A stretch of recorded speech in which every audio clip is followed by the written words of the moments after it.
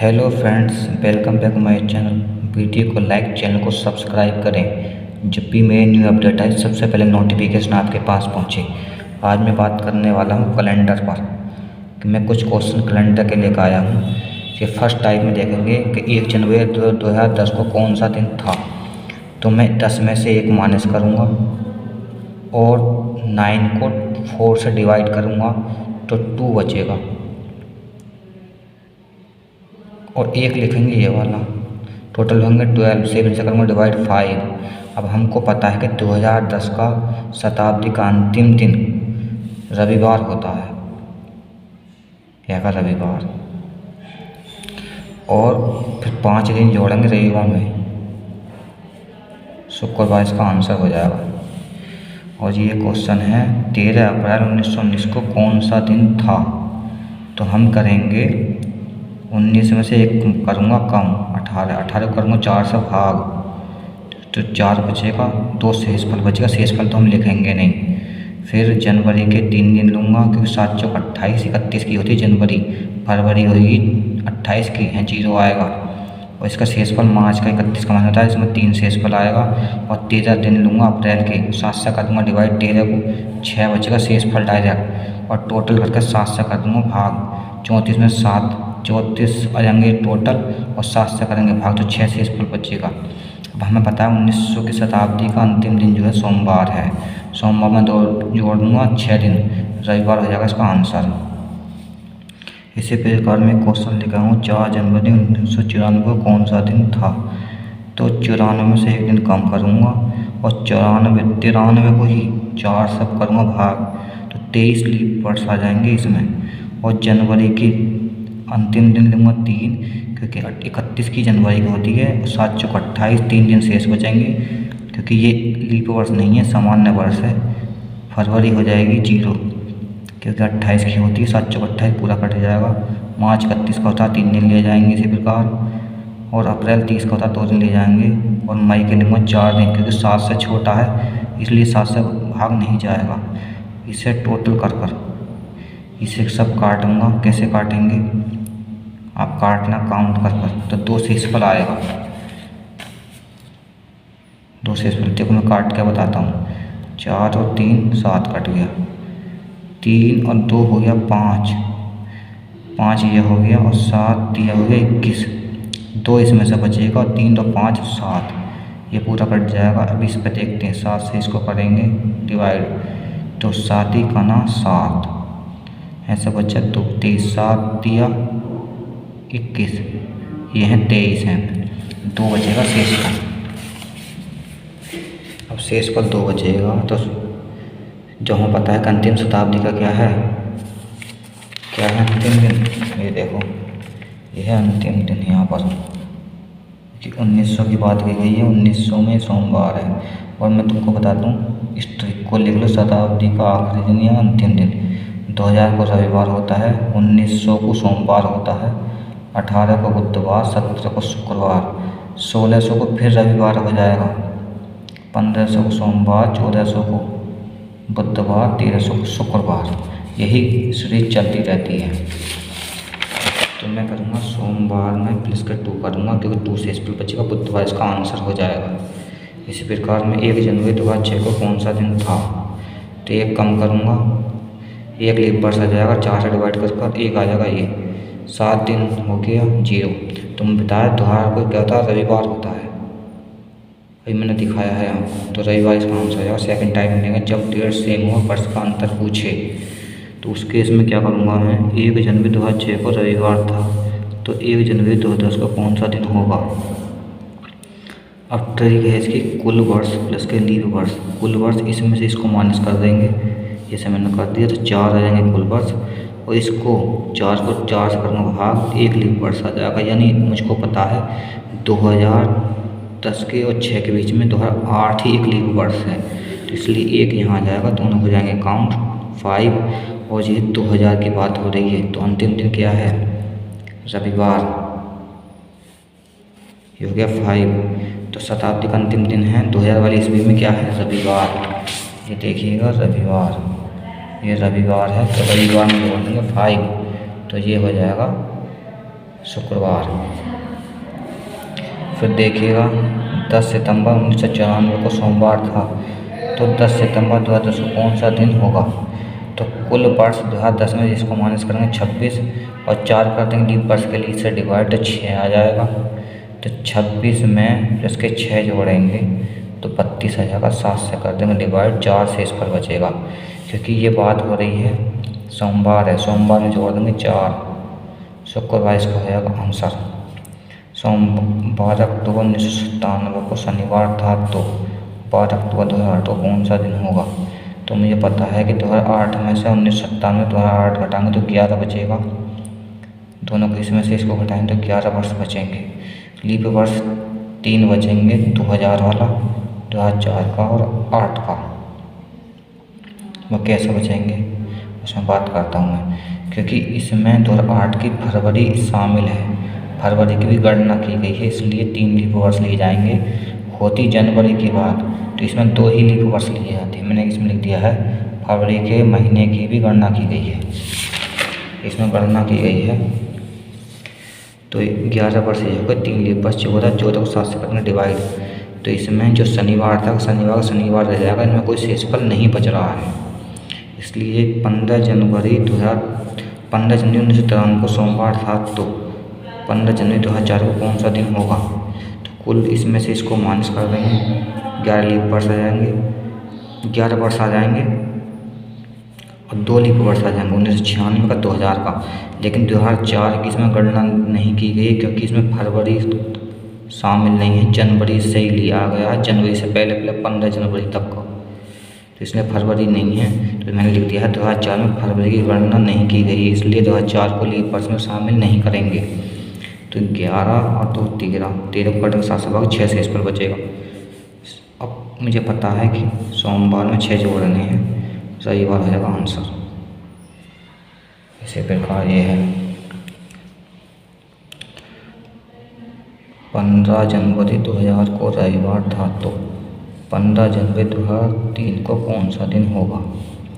तो मैं इसमें से इसको करूँगा -13 और लीप वर्ष लिखूँगा मैं इसमें 2000, 2004, 8 और 12, क्योंकि इसमें 2000 वाले में फरवरी भी शामिल की गई है, जनवरी से लिया गया तो फरवरी भी इसमें शामिल हो जाएगी, इसलिए 4 लीप वर्ष आ जाएंगे, 13 और 4 17 हो जाएगा। 17 को कर दूँगा मैं 3 से डिवाइड, 7 से डिवाइड कर दूँगा, 3 से 7 से करूँगा तो क्या बचेगा? 3 शेषफल बचेगा। रविवार को बात हुई है, रविवार में 3 प्लस करेंगे तो बुधवार इसका आंसर हो जाएगा। अब थर्ड टाइप होता है जब डेट सेम हो और महीना एक हो। 11 तारीख को सोमवार था, तो उसी माह की 25 तारीख को कौन सा दिन होगा?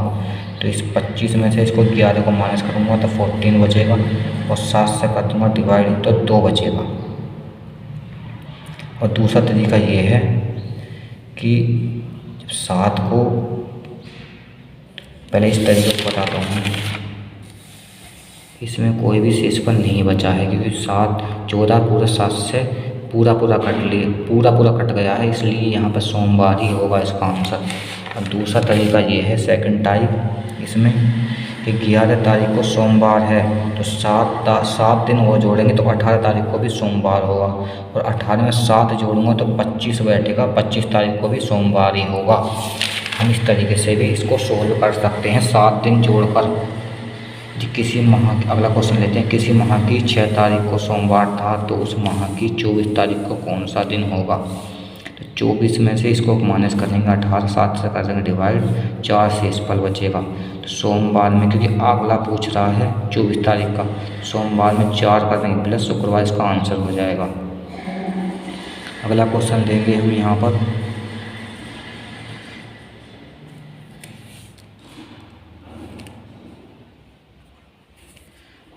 हम अगला क्वेश्चन है, किसी माह की 29 तारीख को शुक्रवार था, तो उस माह की 5 तारीख को कौन सा दिन होगा? तो 29 में से 5 का देंगे माइनस तो 24 बचेगा, 7 से करेंगे डिवाइड तो 3 शेषफल बचेगा। अब हमको पता है कि 29 तारीख को शुक्रवार था, तो पीछे का पूछा है, अब तक इन क्वेश्चन में पूछा था आगे का, अब इसमें पूछा है पीछे का। तो क्या करूँगा मैं, शुक्रवार में से 3 माइनस करूँगा, मंगलवार इसका आंसर आ जाएगा। या फिर मैं ऐसा करूँगा,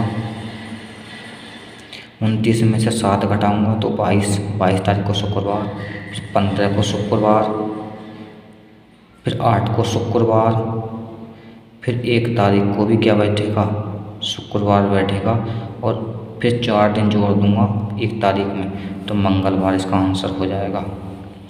यदि फिर दूसरा अगला क्वेश्चन है, यदि मार्च माह की 15 तारीख को सोमवार था तो उसी वर्ष की 10 अक्टूबर कौन सा दिन होगा। तो ये बात करते हैं हम यहाँ पर।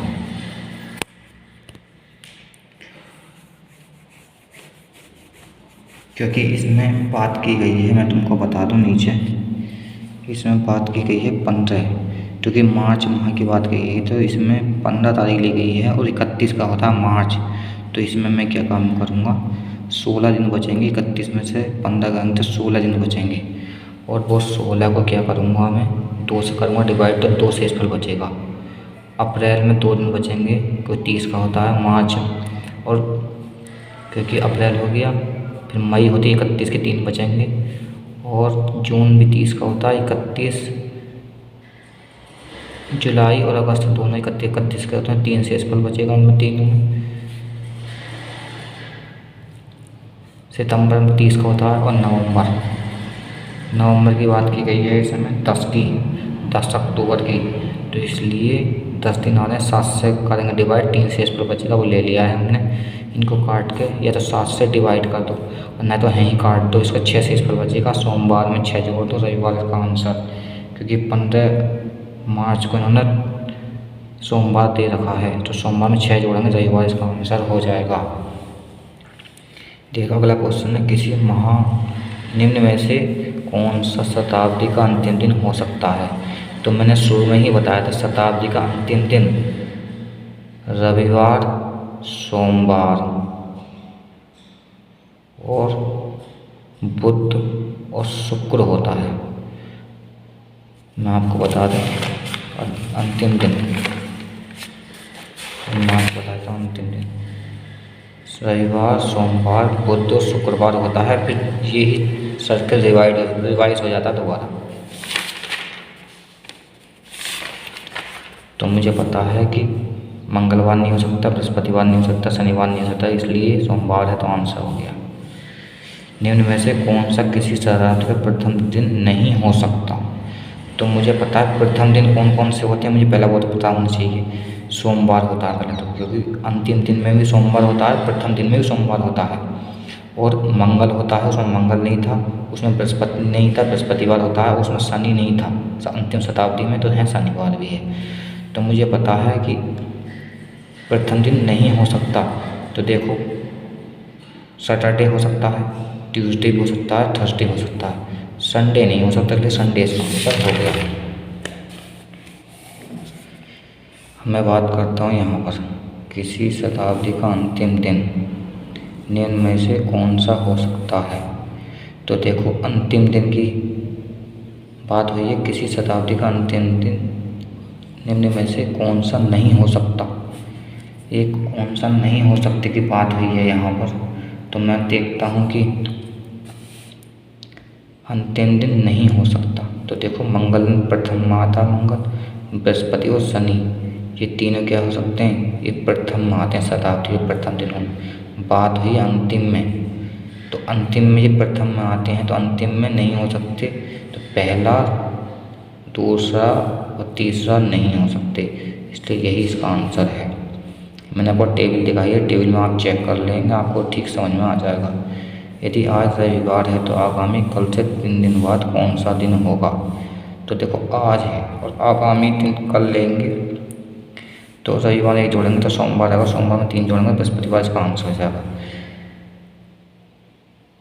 31 दिनों को किसी माह में 16 तारीख को बृहस्पतिवार पड़ता है।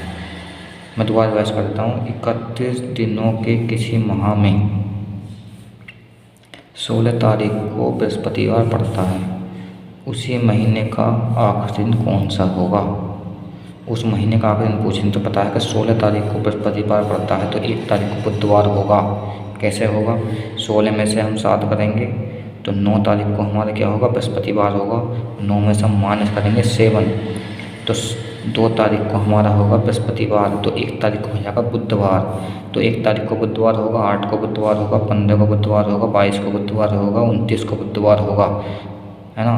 और 30 तारीख को हो जाएगा बृहस्पतिवार और 31 को हो जाएगा शुक्रवार। तो ये कह रहे थे 31 दिनों के माह में, तो आखिरी दिन पूछ रहे थे, इसलिए शुक्रवार इसका आंसर हो जाएगा। अब मैं बात करने वाला हूँ सामान्य वर्ष कौन सा होता है। 365 दिन होते हैं, 52 सप्ताह होते हैं और 1 दिन विषम होता है। और लीप वर्ष में 366 दिन होते हैं, 52 सप्ताह होते हैं, 2 दिन विषम होते हैं और 29 की होती है फरवरी। और सामान्य वर्ष का प्रथम दिन और अंतिम दिन एक ही होता है। उदाहरण के तौर पर 1 जनवरी को सोमवार है तो 31 दिसंबर को भी सोमवार ही होगा। और लीप वर्ष की बात करता हूँ मैं, यदि किसी वर्ष का प्रथम दिन और अंतिम दिन दोनों अलग होंगे। लीप वर्ष के जो लीप वर्ष होता है जैसे 2000 हुआ, 2004 हुआ, 8 हुआ, 12 हुआ, 16 हुआ, 20 हुआ, 24 हुआ, अब 2024 चल रही तो 24 का ही होगा, तो ये भी एक लीप वर्ष है। तो इसमें क्या करेंगे, अगर लीप वर्ष का प्रथम दिन और अंतिम दिन दोनों ही अलग होंगे। उदाहरण के तौर पर प्रथम दिन अगर 1 जनवरी को सोमवार है तो 31 दिसंबर को मंगलवार का होगा और फरवरी इसमें 29 की हो जाएगी। वीडियो अच्छी लगी है तो वीडियो को लाइक करें, चैनल को सब्सक्राइब करें। जब भी मेरी न्यू अपडेट आए सबसे पहले नोटिफिकेशन आपके पास पहुँचे। Thank you for watching.